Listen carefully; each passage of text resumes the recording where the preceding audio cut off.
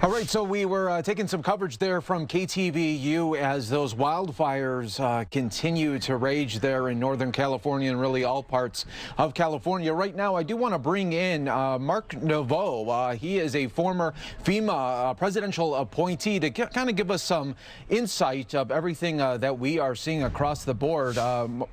Thank you so much for joining us. We do appreciate it. You're welcome, Mike. Good morning to you. Yes, good morning. So when we're hearing the unfortunate circumstances with evacuations happening in Napa Valley, can you explain to us from a federal response level what happens after the people leave their homes?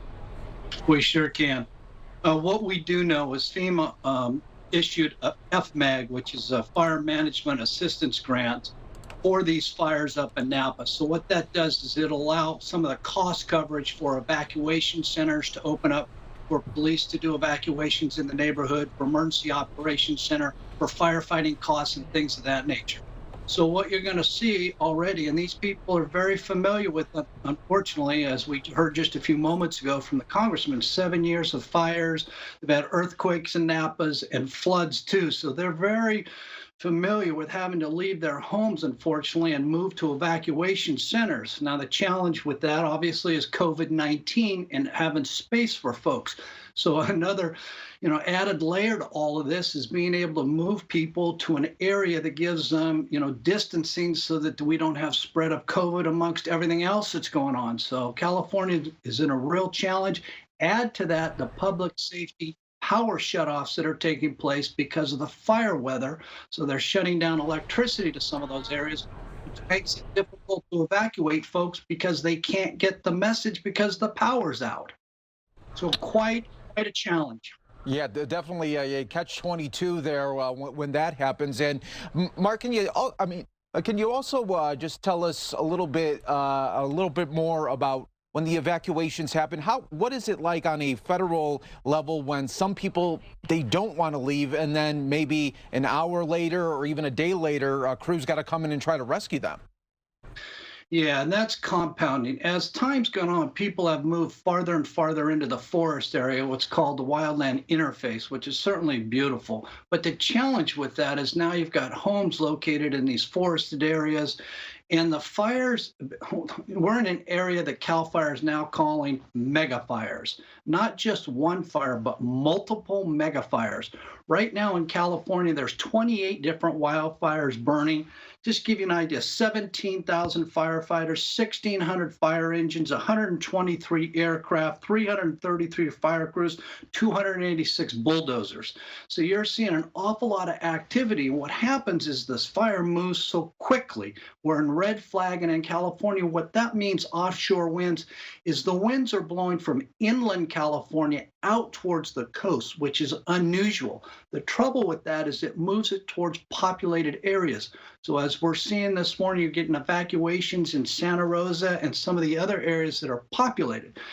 The challenge is that if those people don't evacuate and those fires move so quickly in minutes that what was once safe now becomes precarious, they have to go in and get those people out. It changes the tactics and strategies, and it also puts the firefighters and first responders and police officers in great peril because they've got to go back in there and get those folks out. And people that aren't from Northern California, explain the type of terrain that we are seeing here in Napa Valley right now. We're taking some aerials there. So for the people that not from that area or never been, what's the terrain like this fueling this fire? Well, if you can picture forested area, wildland, in some areas it's large trees, 20, 30, 40, 50 feet tall, and some of it's 6 to 8 foot brush. So it really varies based upon geographic area. And California is so diverse that way that these fires are covering a diverse foliage. The problem with this also is that the winds are causing what's known as spotting, meaning the embers get up in the air, they fly down a mile away, and now you've got a whole nother fire, which is what happened last night with the glass fire in Napa started, and then they had spotting, so 2 additional fires started farther away. So you're having some real challenges in terms of trying to get your arms around not only the main fire, but the spotting fires is traveling fast and very heavily forested. And in those areas are also what is known as microclimates, meaning you can get fire moving very quickly in one area, slow in another, up canyon. It can traverse those canyons in minutes. So it presents challenges for not just the entire geographic region, but also smaller areas within there too. All right. And Mark, we're getting some questions also from our chat area, and some people are wondering what is making 2020 for the California wildfires so much more devastating than what we've seen even in just previous years or even last year. Yeah, it's a good question. Last year, we were talking about wildfires. At that time, it was unprecedented. We were talking about in the hundreds of thousands of acres burned. Now we're talking in the millions, 3-4 million acres so far. And we're not even at the real peak of fire season, which comes in October. So there's a lot of discussion about climate change, what's causing that. We also know that some of these areas, there's 140 million dead trees in these forests that had died because of what they call a beetle disease. So you've got these tremendously high temperatures, you're getting high winds, you've got high fuel loads. We were in a period of time of drought for a period, so that a lot of this fuel is dry. So all of those combination of things are what's leading to an era of mega fires. And that's what we're seeing all day today. We've been showing everything that's been happening in Northern California. Now, from the federal standpoint, Mark, what goes into after they are evacuated, the people from their homes? And it must be such a hard situation because they don't know when they come back, will they even have a home? But so what is put in place? Is there shelters? I mean, what happens to them? Yeah, most people, what they'll do is they've got to get out quickly. They'll go to family, some hotels. They try to go to shelters if need be. And to your point, Mike, it's emotionally devastating because you leave in a moment's notice. In some case, you don't have time to pack, as we heard earlier. So you're out the door. Next thing, you may come back 4 or 5 days, a week later, and find the only thing left may be a foundation and a chimney. So it's heart-wrenching for these folks. In California, if there's good news to most of this, is probably 90% of the people have fire insurance. It's required if you have a mortgage. So they can rebuild, but that doesn't replace the mementos or the foliage that's around there or your business or the economics. So I don't want to make light of it. It's just there is some positive stuff that comes with this. FEMA, the federal government, comes in and partners with the state of California. They open up local assistance centers and they bring in a number of different agencies to help them with all types of different requests and requirements, from small business loans to Salvation Army to clothes to cots, water. The aircraft that you see fighting the fire, that's paid for by FEMA, federal government.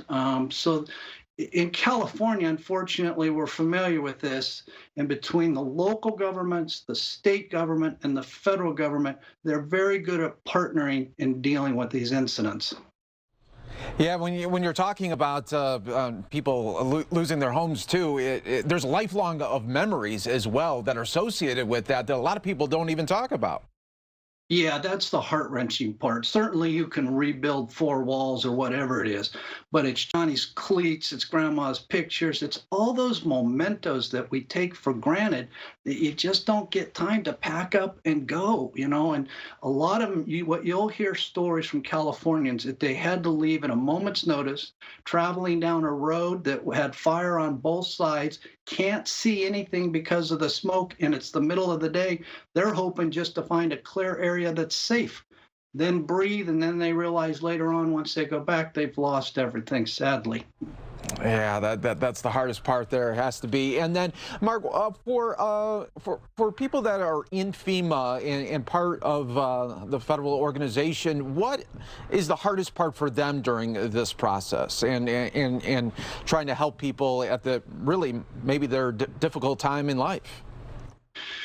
Yeah, it's the emotional part of it. What typically happens is that once they open up assistance centers and people can register for help either on a mobile phone, they can do it through a computer, they can do it in person. And what we find is interesting is a lot of people want to go in person, although they might be able to do it more convenient. They want to sit down and talk to somebody about what they're going through. And so, what typically is kind of a business transaction, in a sense, really becomes a healing transaction.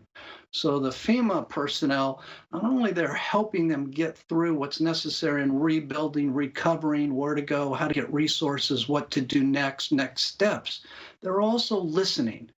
And that takes its toll on FEMA folks because you're hearing it day in and day out, and they're empathetic. They understand what they're going through. They feel for them. Yes, absolutely there. So thank you, Mark Naveau, everybody. Thank you so much for giving us some great insight, everything that we are seeing and hearing from Northern California. We truly appreciate it. So thank you so much today. We appreciate it. You're welcome, sir. Have a great day. You too.